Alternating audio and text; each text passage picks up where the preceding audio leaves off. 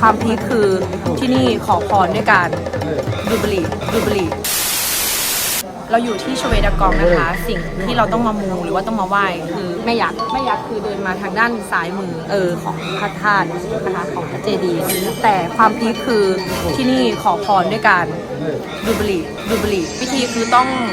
ดูบุหรี่ก่อนแล้วก็เอาบุหรี่ไปจิ้มแล้วขอพรแล้วก็ไปอยู่ข้างๆเพื่อขอพรต่อจุดบุหรี่แล้วขอพร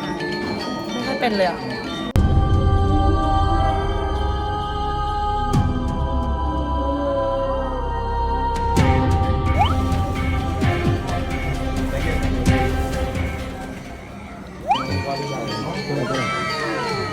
การขอพรของพม่า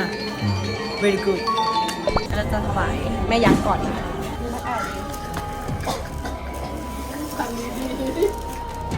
တော်စံကျင်းနေတော့ဘုရားပြောသေးပါဗျာအမေသမမသာသာရရှိနေတော့ငါပြောဘုရားကမေးပါဆုံးနေသွားတဲ့စက်ကပါဒီကမ်းမှာဒီတော့ပါဒီဗျာအမေတို့စက်ကကြတော့ထိုင်းနိုင်ငံမှာရရှိတာတော့ဘုရားပြောတဲ့စပေါ်ဒီတော့တော့ဒီနေ့တော့တော့ဆောင်းတဲ့လုပ်နိုင်မှာဖြစ်ပါတော့ကြောင့်ခါခါလေးအားလုံးအောင်မြင်စွာလုပ်ကိုင်နေတဲ့အတွက်အမေထံမှာလာတော့စက်ကလည်းနေတော့